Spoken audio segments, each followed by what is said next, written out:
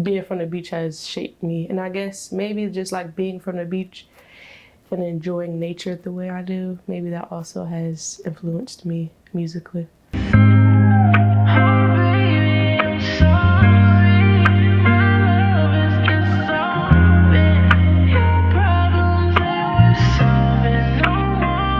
What's good, y'all? It's Litt on Tidewater Waves. What up with you? Ain't nothing, man. I'm glad to be here. Finally. Yeah, for sure. Yeah, I'm glad you finally got here. You know, it's been not a long time, but a time in the making. Yeah, for sure. So, yeah, but we'll just get right into it. You know, you can start out by telling the people who is Litt and where you from. Okay, Litt is a serial entrepreneur, an artist, a musician, just an all-around creative. I am from the beach, Virginia Beach 757, born and raised. Right, okay. Yeah. I like how you started out with a serial entrepreneur. Yeah, kind of low-key, yeah. Yeah, so you take your business serious. Yeah, I do. Mm-hmm. Yeah. Gotcha. I own a studio in Virginia Beach.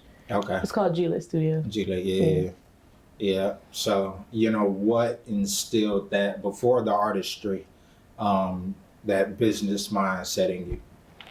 I don't know. I just always been like kind of goal oriented, so that kind of helped keep my business going. Gotcha. Yeah. Okay. Or even to start it, because it's like if I put my mind to it, if I put my all into it, it's just gonna happen. I'm gonna make it happen.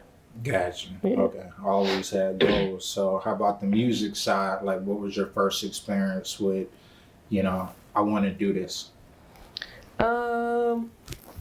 I don't know. I always been around music. That's why I say I'm a musician, because since 5th grade I've been playing instruments. I went to church all my life, and my family, like, we were in the band, you know, we were in the choir. And so I was playing bass, violin. I was playing a bunch of instruments all the way through high school. I did chorus 1 year. And that's when I that's when I started taking singing. Like, oh, maybe I could do this. So once I graduated, I was working still, but I had some homeboys that was already rapping before we got out of high school. So I was like, yeah, let me try this out. And I just never let it go. Word. Yeah. All right. So, word. So you say you've been around it. You had homies that, you know, did music that kind of inspired you to start to do your own. Like, where did you actually start? I know you said the church. Did you pick up, you know, instrument first, or did you kind of just start writing, freestyling? You know, what was that for you personally? Instruments. So I started playing violin in 5th grade, and then through middle school, I was playing bass, like the upright bass, and I played electric bass at the same time. And then when I got to high school, I just picked up a couple other instruments. So I was always like musically trained before I even started singing. I knew I could sing a little bit, but, you know, my family was very,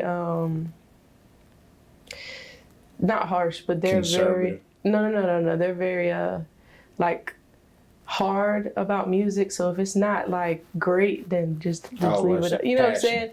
Just leave it alone. You feel what I'm saying? So once I realized maybe I could like get better at singing, that was like my senior year. That's when I tried to, you know, start doing it for real. Word. Okay. Yeah. So. And I had stage fright too. So. Word. Okay. Well, let's dive into that. When did you get over your stage fright? My senior year, I did the talent show, or it was either 11th grade or my senior year. Either way, I was very scared, but I did it. And I was like, yeah. I was on the stage singing, and I leaned over. I was like, I forgot the words. I was talking to my cousin, and he jokes me about that all the time. But yeah, that's how I got over. I just went and did the talent show. I just went and did it. And now you here? Yeah, now I'm here. Yeah, performing, videos, all of that. Yeah, yeah. Yeah, so, you know, with the beach, it's a very creative, diverse scene. So, if any, how did that, you know, culture influence and still influencing you musically and creatively? I think just coming across a bunch of different artists with very different styles, you know, you kind of pick up, you know, a little bit from each person. I think that's kind of how being from the beach has shaped me. And I guess maybe just like being from the beach and enjoying nature the way I do, maybe that also has influenced me musically. But the most thing that has influenced me is church and family. Word. Yeah. So yeah, that foundation of faith is super important. Yeah. Yeah. So what type of nature? Just like walks in the park. Yeah, I like adventurous. anything with nature really, but mostly just chilling, like enjoying the fresh air. I could be in a hammock or I could be on the beach. It don't matter. I like the natural sounds out there. Or hammock on the beach. Oh yeah, both. Yeah. Could be. Yeah. Yeah. So I know you do R&B, but like, what would you consider your style? What is Litt's like go to? What's your style of music? The go-to?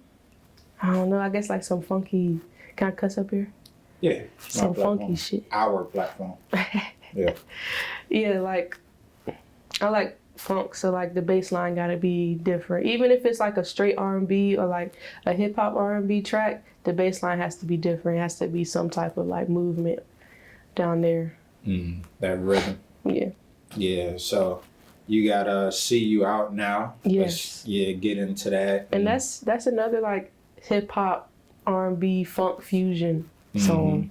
So make you want to dance. Yeah, you know what I'm saying? So one day I was just in the studio with D-Moy, or he goes by Spin now. That's my homeboy from way back. But we also work together at my studio. So he usually like records my songs. Not all of them, but when I'm just feeling creative, I'll call him up like, yo, just come record me right quick. But we pulled up some beats and I came across the See You beat and I was like, okay, let me try something up here. Try something different. It felt different to me, you know?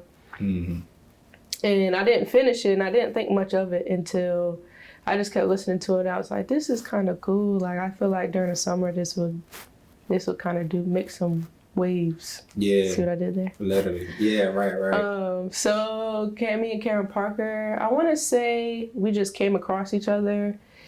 We finally met. I think we did a show at Scandals and we just, exchanged contact, and then I sent him the song like, yo, I think you would be crazy on this.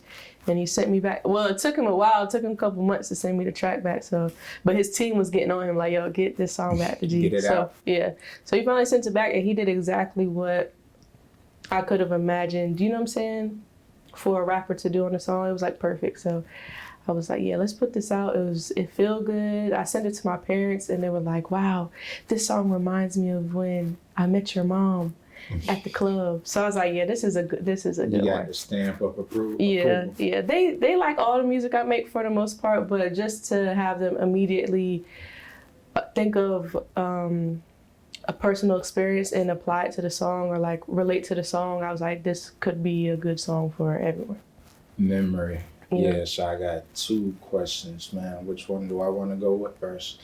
I'm gonna start with, how is it like curating music, and how does it make you feel like being able to change someone's mood or like go back to a memory? Do you think about that when you're creating music? Yeah, sometimes you don't, but a lot of times you do, because what else are you making music for, you know what I'm saying? But it feels really good to have people, listen to my music and resonate with it, especially like January 18. A lot of men love that song, and that feels good because men don't have a lot of outlets, you feel what I'm saying? So they be coming up to me singing the song like, right. I felt those first couple bars. So it feels good for people to listen to my music and kind of go to a different place with it. Gotcha. And speaking of different places, how do you pick whatever beat you want to create to, like, do you have to be in the right mood, or do you, just go off of whatever you hear? I have to be in a certain mood, and that will determine like what I can do. So sometimes if I'm feeling like lazy, I'll just go find like a hip hop beat, like a hip hop R&B type beat, and just get out whatever I feel. But when I really feel like I'm locked in, I'll go find those funky neo soul type beats and really like put something down. Word. Yeah. And speaking of putting down, you're a songwriter as well. So, Yeah. you know, do you write for others or, you know, I don't write so much for people now. Actually, somebody did just recently hit me up to write their next single. But I've definitely shopped around my songs and stuff like that to different people. Got some interest.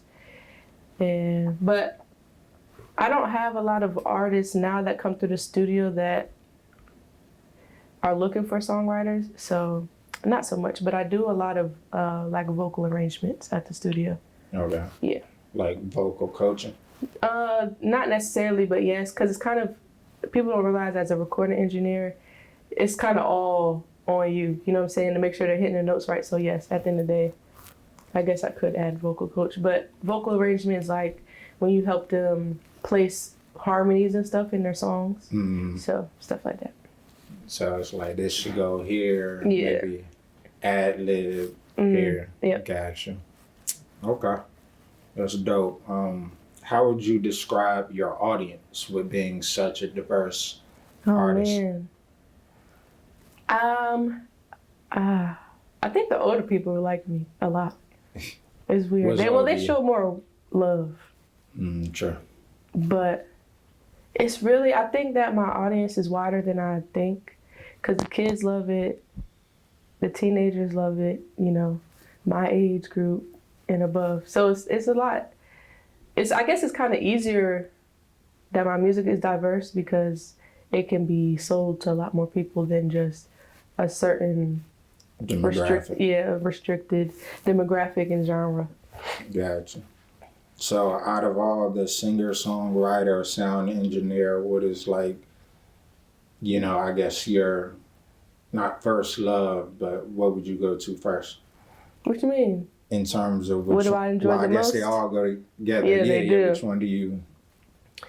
No, I enjoy like when I get to do sessions that make me do all of it. So like with Shan, I don't know if you've heard. I know you've heard of Shan.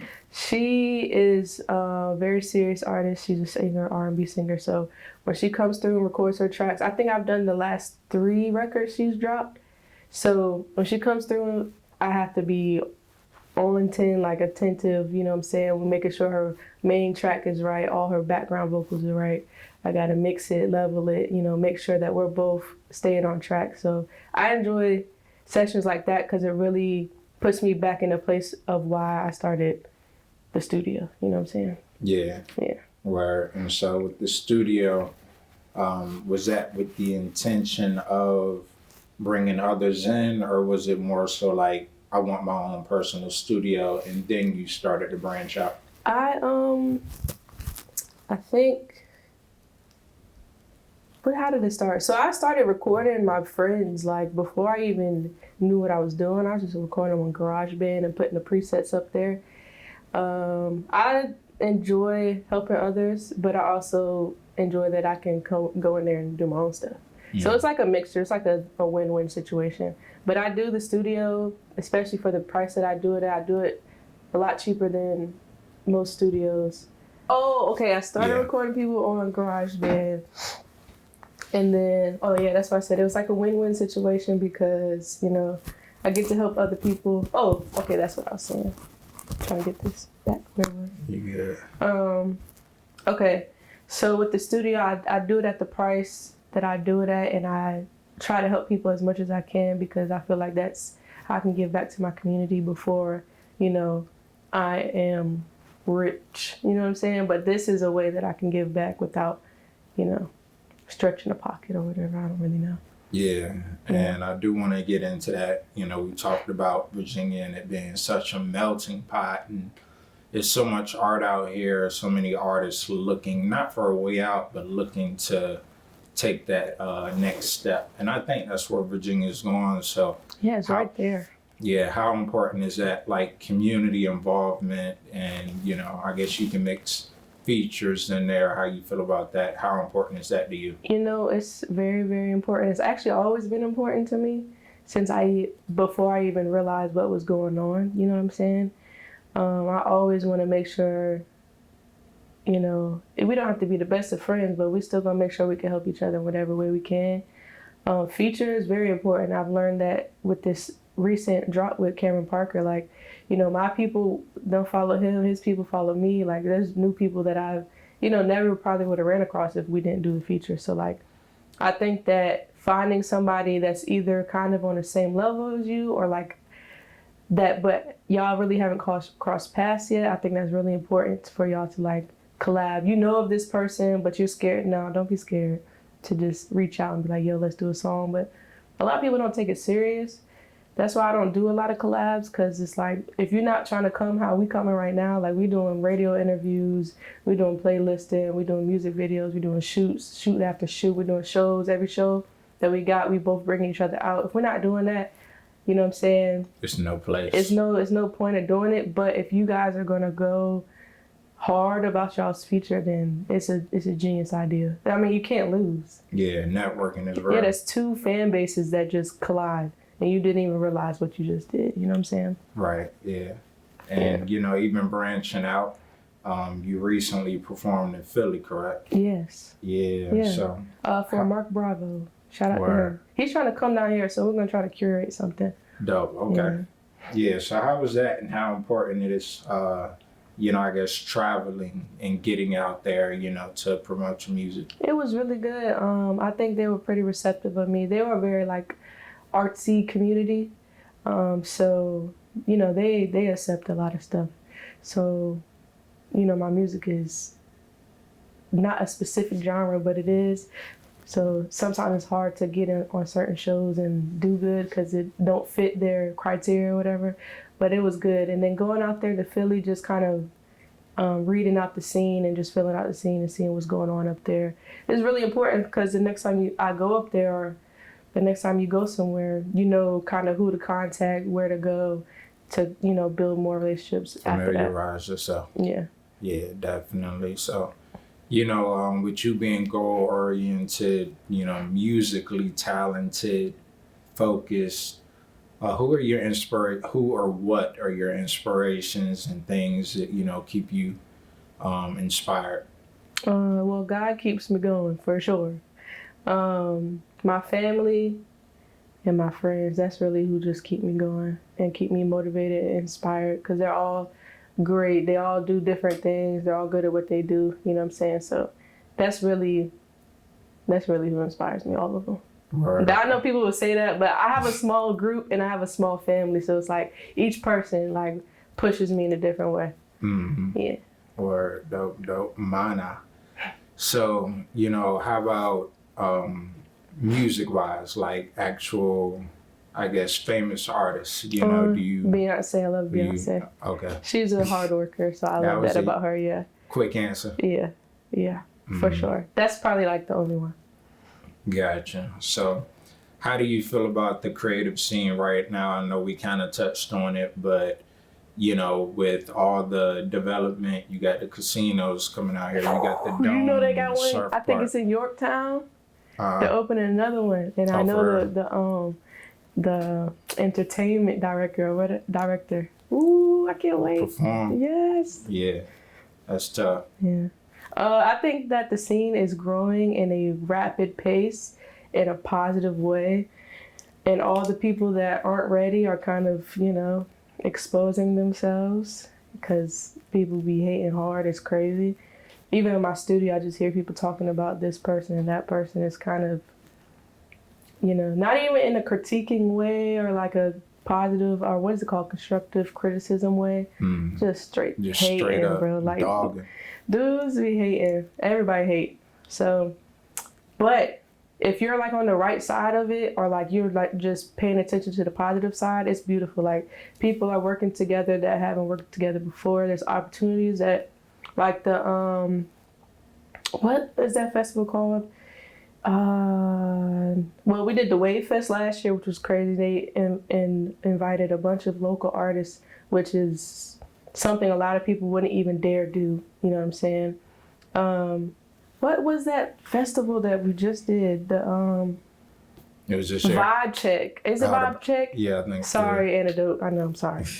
Vibe Check. Like, that's another one. Like, they mostly had local artists up there, and then they had 2 national headliners. Like, you know what I'm saying? If you're not ready to get on board, then that's on you. You feel what I'm saying? But you got to ready yourself. And I feel like, you know, that's why I keep doing what I'm doing, because you never know what's going to pop up out here. Yeah, you never know. Yeah, and it's like you said, at a rapid pace. But by the time you try to start figuring it out, it's over with. Yeah. So definitely, you know, be in the know. Yeah. So, you know, aside from, you know, what you've already done, what's, I guess, coming next, you know, for you? Summertime? Summertime, we got a few performances this month. When is this dropping? Today. Oh, shoot. Okay, excuse me. So I got a performance on the 14th. Shout out to Kello Bonds and Stormy Blue. I got 2 performances on June 22nd at the Pride Festival in Chesapeake, and then the Juneteenth Festival at the Oceanfront. Shout out to Team Lamb. You know, just gonna keep pushing this single. Y'all gonna get tired of me, but I don't care. Shout out to Cameron Parker, and then we're just gonna come probably towards the end of the summer. We're gonna come with some slow jams. You know what I mean? Okay. But I'm just trying to stay consistent, because I mean, it's any day that something could pop off. So. Yeah, definitely. So, you know, I guess with you, I guess your preparedness and your goals, where do you see? Like, do you want to stay and kind of build your foundation out here? Or are you, you know, looking to go to a bigger market, bigger city? I want to make my foundation here, just because, you know, people say it's impossible to do, but I mean, we're watching it happen. Like, especially with Wyson Capo, we're watching him literally rise from the ashes of Virginia, because nobody's come out of here for a while, outside of like Masego. Oh, well, we got Tommy and Shabuzi, but this is 757, you know what I'm saying? So my plan has always been to come out of Virginia swinging, but, you know, of course, you kind of got to travel around just to meet new people. Just like you said, New Jersey. I've been to California, London, you know, just making contacts and stuff like that. So, yeah. Yeah, dope. So, you know, when you do, I guess, meet people out here, how do you decipher who's serious and who's not? You can see it right away, to be honest. True. It's the energy. Yeah. The energy and the conversation, you know. People who probably, like, over-explain themselves and stuff, they're trying. Yeah. Yeah. But if they hit me with we can make it happen, I'm like, okay, I know you. Red flag. Yeah. Let's schedule it. Yeah. You know, set a date and a time. Yeah. But you can always tell right away, like, who's serious and who's not. And then you also know what will gel well with your style and your fan base and stuff. So everybody don't have to be your business partner, but, you know, just be cool. You know? Yeah, definitely. Sense of community. Yeah, that's all. Yeah. So what's your personal favorite project of yours? I feel like I haven't got it yet, but my favorite one right now would be January 18th. I think that has been the best received single it was part of an EP, but the best received song that I've put out. Wow. And I think it's the most, it just makes a lot of sense. So Gotcha. Yeah. See You, it was like third. Okay. Yeah. Third. But See You was really good though. See You was really good though. Word, yeah, nah, for sure. Yeah, I definitely like that rhythm. Yeah, thank you. To it. Yeah, video out as well. Yeah, we were trying to do, like, just kind of bring Virginia back, you know, kind of. I feel like that kind of had that feel, like, just that make you want to move for the summer, because I don't know who wants to listen to slow R&B all summer. So we were like, let's put something upbeat out. Seasonal. Yeah, and I've been trying to, like, you know, be more positive towards women, because my EP, I was going through a breakup when I made it, so I was just talking cash shit. So I was like, okay, let me tell y'all how beautiful y'all is. You know what I'm saying? Yeah. So that's what that is. Right. Okay. Yeah. Dope. And also, a few years back, you were co-signed by Pusha T. You know, how did that make you feel to be recognized by somebody, you know, at that level? No, it made me feel great. I was like, damn right. So it is possible. You know what I'm saying? That's how that made me feel. And people are paying attention. Yeah. People started dick riding after that though. Yeah. It was weird, but it was cool. Mm-hmm. Yeah. Yeah, before and after, you know, they try to act like they was there the whole time.